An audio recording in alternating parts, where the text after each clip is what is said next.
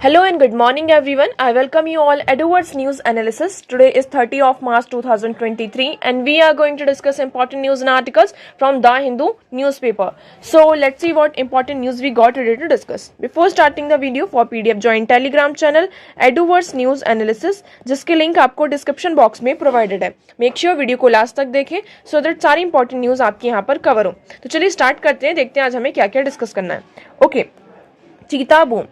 ना यहाँ पर क्या हुआ, वेनेसडे को लास्ट जो एक चीता थी जिसका नाम था क्या, सियाया. ओके, उन्होंने यहाँ पे क्या किया है, 4 जो चीताज हैं उनको यहाँ पे बर्थ दिया है ना, गेव बर्थ टू 4 कप्स.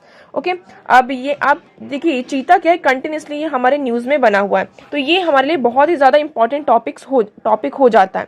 अगर हम बात करते हैं इंडिया में 1947 से हमने देखा था जो चीता है इंडिया से पूरी तरीके से क्या हो चुके थे, एक्सटिंक्ट हो चुके थे.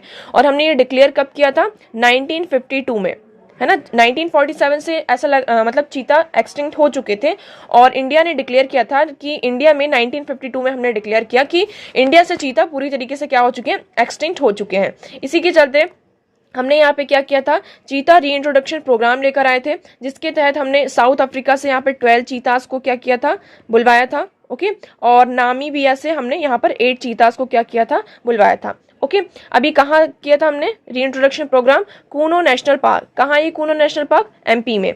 ओके, अब ये सारे हमने क्या कर लिए, फैक्ट्स डिस्कस कर लिए. अब यहाँ पर क्या हुआ है कि लास्ट वेडनेसडे को यहाँ पर इनमें से जो हम यहाँ पर एक चीता लेकर आए थे, आप सभी को पता है टोटल यहाँ पे कितने हो गए, 20 चीतास हो गए. उसमें से एक की यहाँ पर डेथ हो चुकी थी किडनी प्रॉब्लम के कारण. हमने इसको डिस्कस भी किया था कि उन्हें किडनी प्रॉब्लम थी जिसके कारण उस चीता की यहाँ पर डेथ हो गई थी. बट वेडनेसडे को यहाँ पे क्या हुआ, सियाया नाम की जो एक चीता, फीमेल चीता थी, उन्होंने यहाँ पे जो 4 कप्स हैं उनको यहाँ पर उसको बर्थ दिया. अब देखिए चीता कितने टाइप्स के होते हैं हमने यहाँ पे डिस्कस किया था. अगर हम चीता की बात देखें तो संस्कृत में जो वर्ड है चित्रक, उसको अगर हम ट्रांसलेट करते तो उसका मीनिंग क्या होता है, द स्पॉटेड वन, है ना. तो मतलब ये हम एंशिएंट टाइम से अगर देखते हैं तो जो चीता है उसको यहाँ पे क्या किया गया है, मेंशन किया गया है. ओके, अगर हम चीता की बात करते हैं तो वर्ल्ड की ये फास्टेस्ट लैंड मैमल है और ये 2 टाइप्स के होते हैं, एक अफ्रीका और एशिया. तो एक अफ्रीकन चीताज होते हैं और एशियाटिक चीताज होते हैं. एशियाटिक जो चीताज हैं वो क्रिटिकली इंडेंजर्ड की कैटेगरी में आते हैं, आप सभी को यहाँ पर पता होगा. और Asiatic cheetahs only found in Iran. तो you have to remember this fact कि एशियाटिक चीता अगर पूछे कि कहाँ पाए जाते हैं तो they are only found in Iran. अब अगर इनका नंबर देखिए तो कितना है, सिर्फ 40 to 50 है. और अफ्रीकन चीतास का नंबर अभी हम कह सकते हैं वल्नरेबल की कैटेगरी में आते हैं और नंबर कितना है आप देख सकते हैं कि मतलब कि 6500 to 7000 ये हमारे यहाँ अफ्रीकन चीतास हैं. ओके, और इसी के चलते हमने यहाँ पे री इंट्रोडक्शन प्रोग्राम किया जिसमें हमने नामीबिया एंड साउथ अफ्रीका से यहाँ पे क्या किए, चीतास को लेकर आए हैं. ओके, और कहाँ पर, Kuno Palampur national park MP में, owing to its suitable habitat and adequacy prey base. वहाँ का जो आप कह सकते हैं कूनो पालपुर नेशनल पार्क है एमपी का, उसका जो हैबिटाट है मतलब बहुत ज्यादा सुटेबल है फॉर चीतास, इसलिए हमने वहां पर उनको क्या किया, री इंट्रोड्यूस किया है. अब देखिए नेक्स्ट चीज इसमें ये भी आ जाती है, जो नामीबिया है उसकी यहाँ पे लोकेशन देख लेते हैं.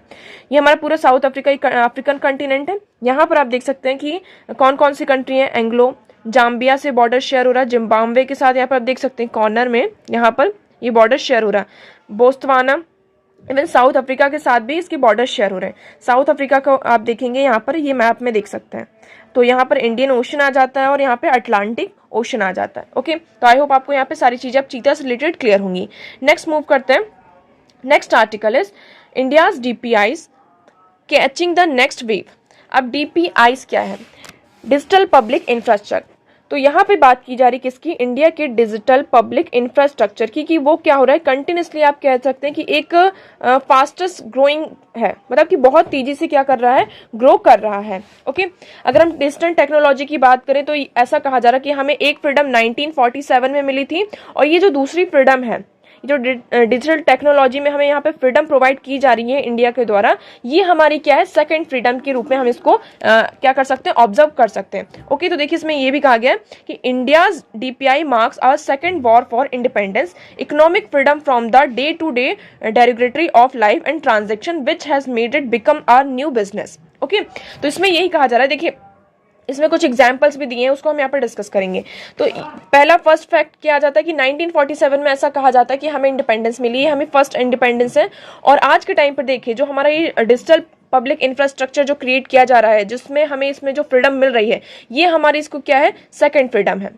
अब देखिए इसमें हम डिजिटल पब्लिक इंफ्रास्ट्रक्चर की बात करें तो सबसे पहले इसमें आ जाता है क्या, हमारा आधार। हर चीज को देखिए किससे लिंक कर दिया गया है, आधार से। बैंक में जाएंगे उसको आधार से लिंक कर दिया, पैन कार्ड है हमारा उसको आधार से लिंक कर दिया। हम अपना कहीं भी आधार नंबर डालते हैं, ओके, तो उसमें जो हमारी पूरी इंफॉर्मेशन होती है, जितना भी हमारा पूरा डेटा होता है, वो हमारे सामने आ जाता है। तो आधार क्या है, बहुत ही इंपॉर्टेंट मतलब कि बेस बन चुका है, जिसके कारण आधार को हर जगह से क्या कर दिया गया है, लिंक कर दिया गया है। तो इसमें क्या किया, almost between government departments intra and inter state Aadhaar data can be shared but with the prior informed consent of the citizen. तो मतलब इसमें यही कि हम आधार डेटा जो है अपना वो किसी के साथ भी शेयर कर सकते हैं, गवर्नमेंट के साथ और किसी दूसरे स्टेट के साथ भी हम शेयर कर सकते हैं। बट यहाँ पर सबसे पहले हमें जो सिटीजन है उनकी कंसेंट की क्या होगी, प्रायर मतलब कि उनको पहले से इन्फॉर्म आपको किया जाएगा कि आपका जो डेटा है वो शेयर किया जा रहा है। ओके, सेकंड अगर हम बात करते हैं, सेकंड चीज इसमें क्या आ जाती है, हमारी डिजी यात्रा। डिजी यात्रा क्या है, जैसे कि आप ऐसे समझ रहे, डिजी मतलब डिजिटल, यात्रा मतलब कि आप यहाँ पे क्या करने जा रहे हैं, कोई जर्नी करने जा रहे हैं। अगर हम यूएस की बात करते हैं, डिजी यात्रा एंड डिजी लॉकर, तो पहले हम डिजी यात्रा के बारे में देखते हैं। डिजी यात्रा क्या है, मतलब क्या आपका जो पूरा है वो पेपरलेस कर दिया है। सारे जो डॉक्यूमेंट्स, अगर आप एयरपोर्ट में जा रहे हैं, जो मेनली इसमें एयरपोर्ट के लिए है, आप एयरपोर्ट या फ्लाइट से कहीं पर जा रहे हैं, दूसरे प्लेस पर जा रहे हैं, तो वहां पर क्या होता है, पहले आपको पूरा पेपर वगैरह पूरा पेपर वर्क लेके जाना पड़ता था। बट अब डिजी यात्रा से क्या कर दिया गया है, ये जो पूरा वर्क है वो पेपरलेस हो गया है ना।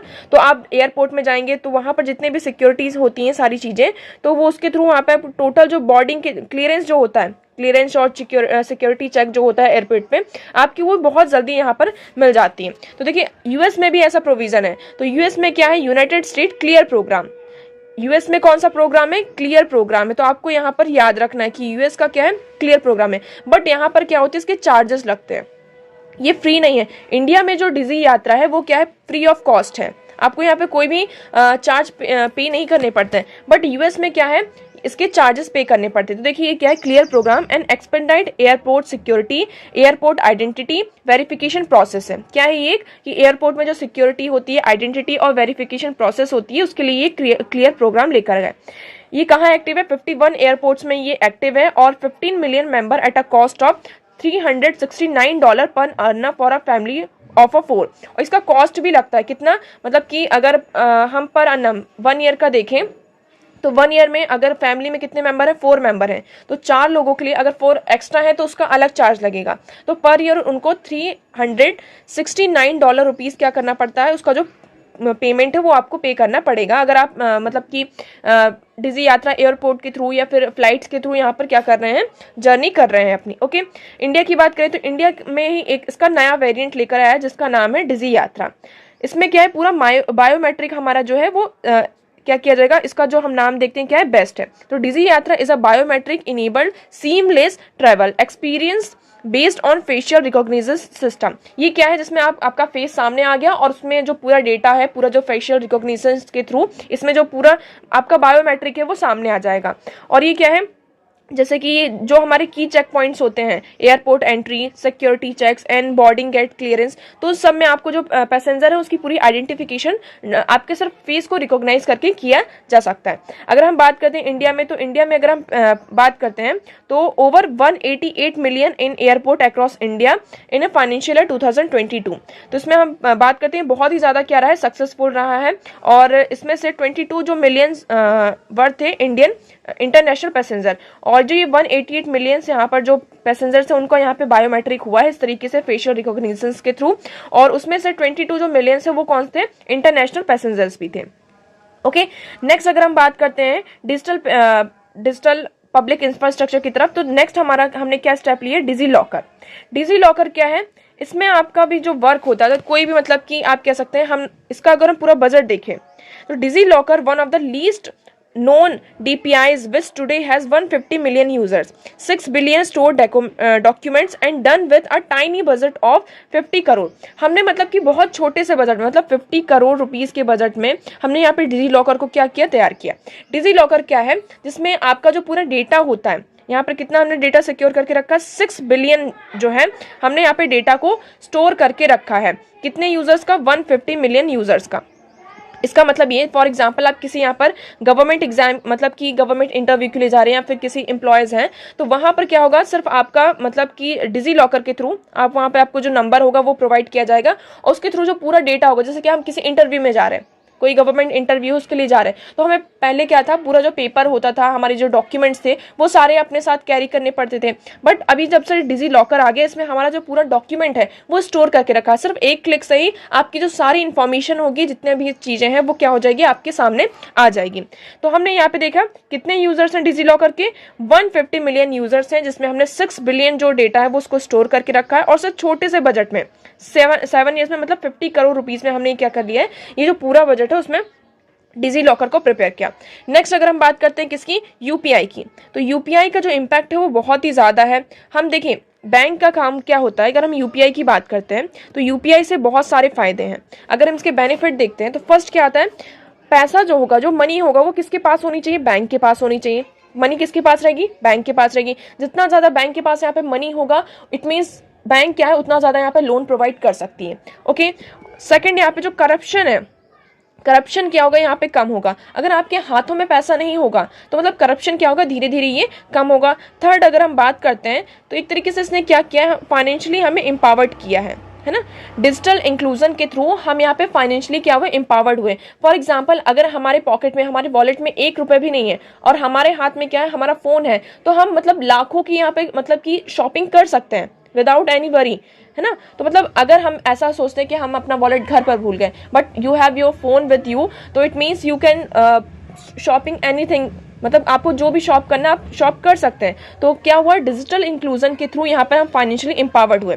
यूपीआई की अगर हम एक और इंपॉर्टेंस देखें तो उसमें क्या है, फॉर एग्जाम्पल अगर हम अदर कंट्रीज में देखते हैं तो जितने अलग अलग बैंक्स होते हैं, फॉर एग्जाम्पल यहाँ पे एसबीआई हो गया, पंजाब नेशनल बैंक हो गए, तो इनके क्या हो गया, आपको अलग अलग जो एप्स होते हैं वो डाउनलोड करने पड़ते हैं, उसके थ्रू फिर क्या होता है, आपका जो ट्रांजैक्शन होता है। बट हमने यूपीआई में क्या करके रखा है, यूपीआई में जितने भी यहाँ पे बैंक्स हैं सबको यहाँ पे इंक्लूड कर दिया है। आप किसी भी बैंक में, मतलब आप अगर एसबीआई की यूजर्स हैं और यहाँ पर आप किसी बड़ौदा के हैं, फॉर एग्जांपल यहाँ पे बड़ौदा बैंक है, तो आप एसबीआई से यहाँ पे ट्रांजैक्शन कर सकते हैं किसी भी दूसरे बैंक में। तो यहाँ पे कोई भी आप देख सकते हैं कि पेमेंट जो सिस्टम है उसको कितना यहाँ पे ईजिली बना दिया गया और स्मूथ बना दिया गया है। ओके, तो इसमें यही बताया गया कि जो हम यहाँ पर किसकी तरफ बढ़ रहे हैं, एक डिजिटल पब्लिक जो हमारा इंफ्रास्ट्रक्चर उसको बहुत अच्छे से क्रिएट किया गया है। और यहाँ पर जो हमें यहाँ पे फ्रीडम मिली है वो हमारी क्या एक तरीके से सेकंड फ्रीडम है, ये हमारी इकोनॉमिक फ्रीडम आप इसको कह सकते हैं। तो इस आर्टिकल में यही बताया गया कि देखिए, let us consider just one metric, namely the unified payment interface और UPI, which is breaking record under the visionary leadership of the national payment corporation of India. ये क्या कर रहा है, सारे जो रिकॉर्ड्स है उसको ब्रेक कर रहा है। इवन जो अदर कंट्रीज है वो भी क्या चाह रही है कि जो ये टेक्नोलॉजी इसको हम लेकर आए अपनी कंट्री में। अगर हम देखें इंडिया का, it has now crossed 8 billion transaction per month and transact a value of $180 billion month, about stretching 65% of India's GDP per annum। तो यहाँ पर हम मंथली अगर देखते हैं तो मंथली यहाँ पर 8 बिलियन का क्या हो चुका है, ट्रांजेक्शन हम यहाँ पर तो इंडिया की जीडीपी में 65% यहाँ पे क्या हुआ है, स्नो स्ट्रगल किया गया है। अब इसमें देखिए लास्ट में यही कहा गया कि India's DPI marks our second war for independence, economic freedom from the day to day regulatory of life and transaction which had made it become our new business. तो ये क्या कह रहा है कि मतलब ये इंडिया को हमें यहाँ पर क्या मिली है, एक सेकंड फ्रीडम मिली है, मतलब इकोनॉमिक फ्रीडम है। अगर हम इसको बात करते हैं, new business backbone that is empowering India towards 25 trillion economy by 100th year of our political independence. तो हम यहाँ पर जब अपना 100th year of political independence मनाने जाएंगे तब तक ये हमारी इकोनॉमी में कितना इंक्लूड कर सकता है, $25 ट्रिलियन ये क्या कर सकता है, इंक्लूड कर सकता है। अभी तो हमने सिर्फ यहाँ पे चैट आप कह सकते हैं डिजी यात्रा, डिजी लॉकर एंड यूपीआई का सिर्फ इस तरीके की टेक्नोलॉजी को लेकर आए।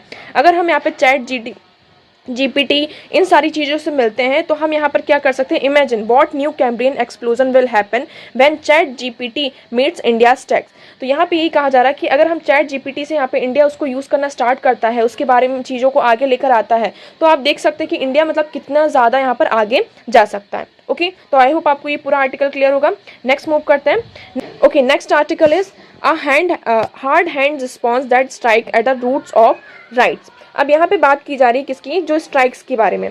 अगर हम फंडामेंटल राइट्स देखते हैं तो फंडामेंटल राइट्स में हमारे पास राइट है राइट टू प्रोटेस्ट का, ठीक है, but we don't have a right to जो स्ट्राइक है ये हमारे पास हमारे फंडामेंटल राइट्स में क्या किया गया, इंक्लूड नहीं किया गया है। तो आपको यहाँ पे याद रखना है right to protest is a fundamental right but right to strike is not a fundamental right. तो इसमें यही कहा जा रहा है। देखिए इसमें एक चीज है, इस आर्टिकल में किसके बारे में बताया गया है, इसेंशियल सर्विस मेंटेनेंस एक्ट के बारे में। ओके, आप सभी को पता है कि यहाँ पे जो ओल्ड पेंशन स्कीम है, इसके चलते इसको कहा जा रहा है कि जो स्टेट्स हैं वो क्या कर रहे हैं, ओल्ड पेंशन स्कीम की तरफ जा रहे हैं, और जो न्यू पेंशन स्कीम है उसको यहाँ पर पीछे करते हुए ओल्ड पेंशन स्कीम की तरफ वो आगे बढ़ रहे हैं। जो जितने भी एम्प्लॉयज़ हैं, इसी के चलते यहाँ पे जो बहुत सारे स्टेट्स हैं, महाराष्ट्र भी, मतलब कि आप देखेंगे हिमाचल प्रदेश ने तो क्या किया है, अपने जो एम्प्लॉयज़ हैं उनके लिए यहाँ पर हिमाचल प्रदेश की बात करते हैं, यहाँ पे छत्तीसगढ़ की बात करते हैं और पंजाब, तो इन्होंने क्या कर लिया, जो ओल्ड पेंशन स्कीम है उसको यहाँ पे फिर से कंटिन्यू कर रहे हैं। और महाराष्ट्र में भी क्या किया जा रहा है, इसके महाराष्ट्र में भी ओल्ड पेंशन स्कीम को लेकर यहाँ पर बात चल रही है और प्रोटेस्ट भी हो रहे हैं। उत्तर प्रदेश में भी क्या हो रहा है, इसको लेकर कि हम क्या कर रहे हैं, आप ओल्ड पेंशन स्कीम को वापस लेकर आइए, और इसी के चलते यहाँ पे भी प्रोटेस्ट चल रहे हैं। ठीक है, अभी जो प्रोटेस्ट हो रहे हैं, जो स्ट्राइक्स हो रहे हैं, इसमें यहाँ पे बात आ जाती है कि जो स्ट्राइक है क्या वो हमारा फंडामेंटल राइट्स है। जो एम्प्लॉयज़ यहाँ पे स्ट्राइक करते हैं, प्रोटेस्ट करते हैं, तो प्रोटेस्ट, हाँ हम कह सकते हैं कि राइट टू प्रोटेस्ट क्या है, हमारा फंडामेंटल राइट है अंडर आर्टिकल 19। अंडर आर्टिकल 19 हमें यहाँ पे राइट टू प्रोटेस्ट प्रोवाइडेड है, बट राइट टू स्ट्राइक क्या है, हमारा फंडामेंटल राइट नहीं है। इसी के चलते अगर हम 1960s से देखते हैं तो गवर्नमेंट यहाँ पे क्या अप्रोच करती है, किसको, इसेंशियल सर्विस मेंटेनेंस एक्ट को। अब ये क्या है, इसेंशियल सर्विस मेंटेनेंस एक्ट है, इसमें यहाँ पे कुछ इसेंशियल जो हमारी कह सकते हैं कि सर्विसेज होती हैं, उन सर्विसेज में आप क्या कर सकते हैं, स्ट्राइक नहीं कर सकते। फॉर एग्जांपल यहाँ पर हम इलेक्ट्रिसिटी की बात करते हैं, कोई इलेक्ट्रिसिटी डिपार्टमेंट है, यहाँ पर हेल्थ डिपार्टमेंट है, तो यहाँ पर जो एम्प्लॉयज़ हैं, जो यहाँ पर जो सर्विसेज प्रोवाइड की जा रही है, तो वहाँ पर क्या होगा, स्ट्राइक्स नहीं होंगी। क्यों? क्योंकि अगर आप यहाँ पर स्ट्राइक्स करेंगे तो इसका जो एडवर्स इफेक्ट है वो किस पर पड़ेगा, हमारी पब्लिक पर पड़ेगा, सिटीजन्स को उसका जो एडवर्स इफेक्ट है उसको फेस करना पड़ेगा। तो अब इसमें देखिए प्रॉब्लम क्या है, हम इसकी प्रॉब्लम की बात करते हैं। कंटिन्यूसली अगर हम इंटरनेशनल ऑर्गेनाइजेशन की बात करते हैं, इंटरनेशनल लेबर ऑर्गेनाइजेशन, वहाँ भी क्या है, प्रोवाइडेड है जो इसेंशियल सर्विसेज हैं, उसको यहाँ पे बात की गई कि जो इसेंशियल सर्विसेज है वहाँ पर आप स्ट्राइक नहीं कर सकते हैं, आपको वो जो सारी सर्विसेज हैं वो प्रोवाइड करनी होंगी। बट यहाँ पर क्या होता है, कंटिन्यूसली क्या हो रहा है, गवर्नमेंट अगर कोई भी पर्सन, अगर कोई भी एम्प्लॉय यहाँ पे स्ट्राइक करता है तो गवर्नमेंट यहाँ पे क्या कर देती है, जो इसेंशियल सर्विस मेंटेनेंस एक्ट है इसको यहाँ पर सामने लेकर आ जाती हैं। और इस एक्ट के अंदर ये होता है कि अगर कोई पर्सन अगर इसेंशियल सर्विस में अगर वो स्ट्राइक कर रहा है तो वहाँ पर उसके प्रोविजंस है कि विदाउट वारंट वो क्या कर सकते हैं, उनको यहाँ पर अरेस्ट किया जा सकता है। ओके, अब इसके थ्रू यहाँ पे क्या होता है, पहली चीज़ अगर हम इसके इम्पैक्ट की बात करते हैं तो इम्पैक्ट इससे ये होता है, इश्यूज़ ये आते हैं कि देखिए पहली चीज़ क्या आती है, जो एम्प्लॉयज़ हैं उनके जो कंसर्न्स हैं, अगर इस एक्ट को हम बार बार यूज़ करते हैं, इसका जो रैपिड यूज़ होता है, जिसके कारण यहाँ पर हम क्या देखने को मिलता है कि जो यहाँ पर एम्प्लॉयज़ होते हैं उनके जो कंसर्न्स होते हैं, उनके कंसर्न्स यहाँ पर जो अल्टीमेटली कंसर्न्स होते हैं वो उसको यहाँ पर रेज नहीं कर पाते हैं, है ना, उनकी कंसर्न्स को यहाँ पे क्या कर दिया जाता है, उनको सप्रेस कर दिया जाता है। तो देखिए इसमें यही कहा जा रहा है कि जो हमारा लास्ट रिजॉर्ट होना चाहिए, पहले तो हमें क्या करनी चाहिए, अगर कोई प्रॉब्लम है, किसी भी एम्प्लॉयज़ के साथ यहाँ पर कोई प्रॉब्लम है तो हमें बैठ कर क्या करनी चाहिए, उसके साथ बात करनी चाहिए, एक सोशल डायलॉग होना चाहिए, पूरा एक मैकेनिज्म होना चाहिए। पहले आप बातचीत के थ्रू, डायलॉग के थ्रू क्या करिए, उनकी जो प्रॉब्लम्स है, उनके जो कंसर्न्स है उनको सॉल्व करने की कोशिश करिए। अगर फिर भी वो नहीं सुनते तो आपका जो लास्ट रिजॉर्ट होना चाहिए वो होना चाहिए क्या, इसेंशियल सर्विस कमोडिटी एक्ट होना चाहिए, आप उसके थ्रू फिर क्या करिए, एक्शन लीजिए। बट यहाँ पर हम क्या देख रहे हैं, इसमें इशू ये आ रहा है कि फ्रिक्वेंट क्या हो रहा है, जो ये एक्ट है इसका यूज़ किया जा रहा है, जहाँ भी स्ट्राइक्स होती है इस एक्ट का यूज़ किया जाता है। अब इसमें क्वेश्चन ये भी उठता है कि ठीक है आप इसको यूज़ तो कर रहे हैं, सेकंड क्वेश्चन ये आता है कि व्हाट इज़ इसेंशियल, ये डिफाइन नहीं है कि मतलब कि इसेंशियल सर्विस है क्या, इसको यहाँ पे आप डिफाइन तो करिए, तभी तो हमें पता चलेगा कि हाँ ये इसेंशियल सर्विस है पब्लिक के लिए और इसेंशियल सर्विस नहीं है। तो देखिए इसमें एक है, who defines what is essential, what are the criteria for defining essential services, how long can an industry be called as essential service in order to provide strikes or protest। तो उसमें यही कहा जा रहा है कि किस इंडस्ट्री को हम कह सकते हैं कि ये essential सर्विस प्रोवाइड कर रही है, जिसके कारण हम यहाँ पे स्ट्राइक्स और प्रोटेस्ट नहीं कर सकते। ओके, अगर हम ESMA की बात करते हैं तो ये क्या करता है, गवर्नमेंट को एम्पावर करता है, define any economic activity as essential.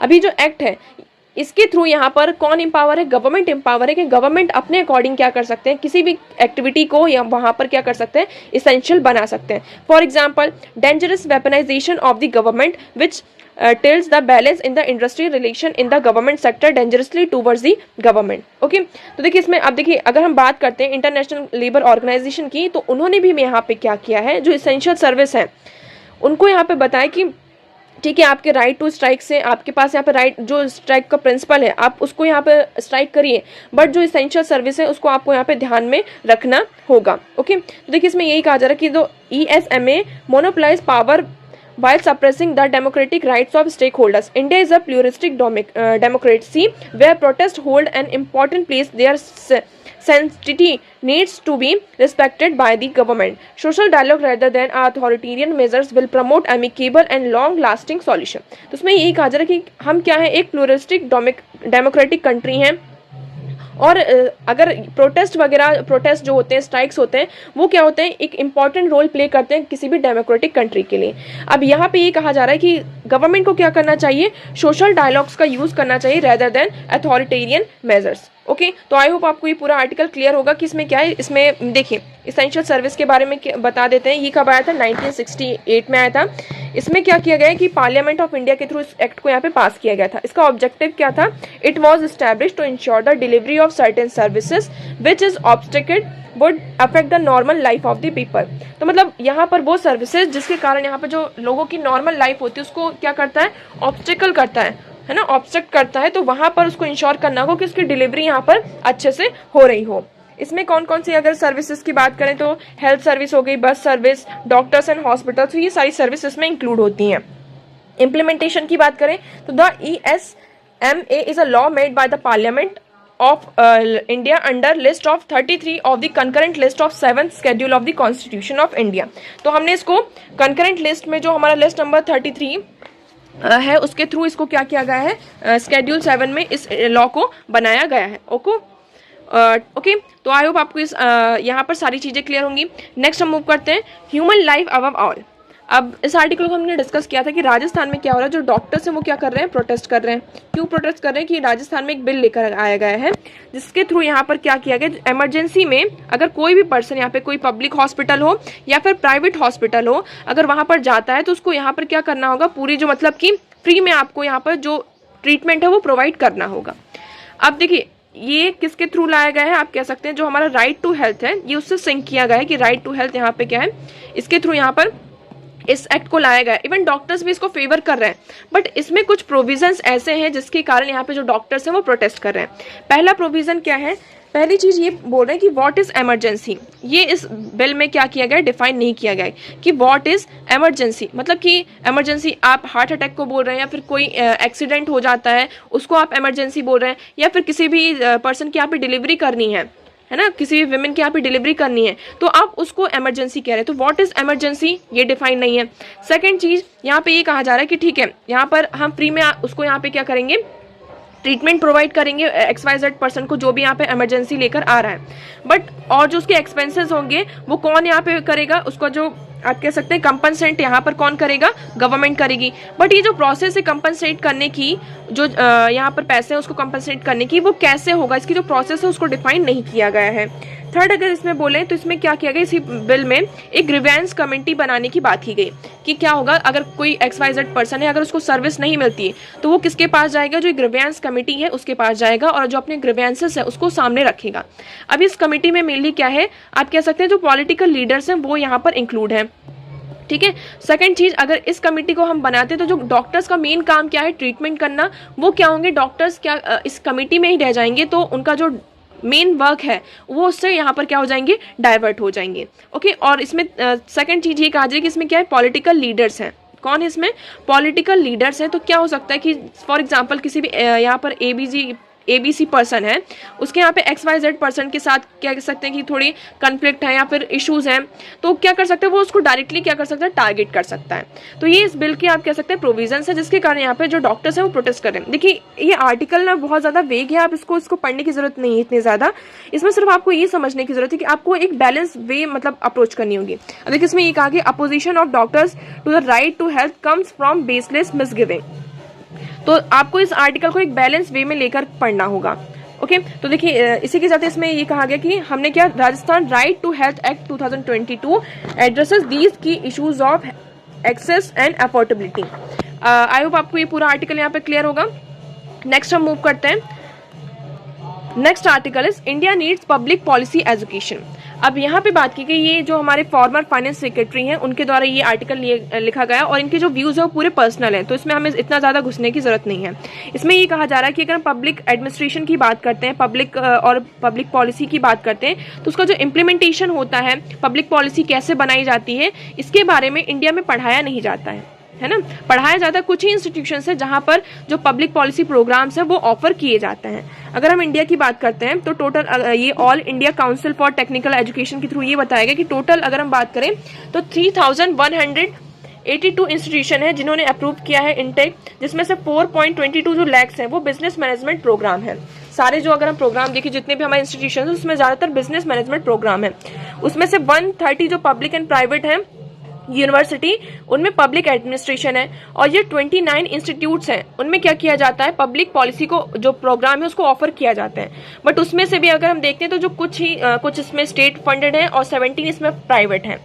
अब ये जो कोर्स है इसका जो साइज है वो भी थोड़ा क्या कह सकते हैं आप, बड़ा है, बैच साइज भी कह सकते हैं, मतलब छोटा ही होता है। अगर आप देखेंगे कोई अगर यहाँ पर बिजनेस यहाँ पर है, बिजनेस की बात करते हैं, बिजनेस मैनेजमेंट है, तो यहाँ पर ज्यादा नंबर ऑफ आपको यहाँ पर देखेंगे स्टूडेंट्स यहाँ पर देखेंगे और उनका इंटरेस्ट ज्यादा होता है। बट अगर हम पब्लिक पॉलिसी की बात करते हैं, पब्लिक पॉलिसी प्रोग्राम, तो ये बहुत कम यहाँ पर क्या किया जाता है, ऑफर किया जाता है। क्यों? क्योंकि इसकी जो जॉब है वो भी यहाँ पर बहुत ज्यादा कम होते हैं, इसलिए लोग इसको ज्यादा परसुएट नहीं करते हैं।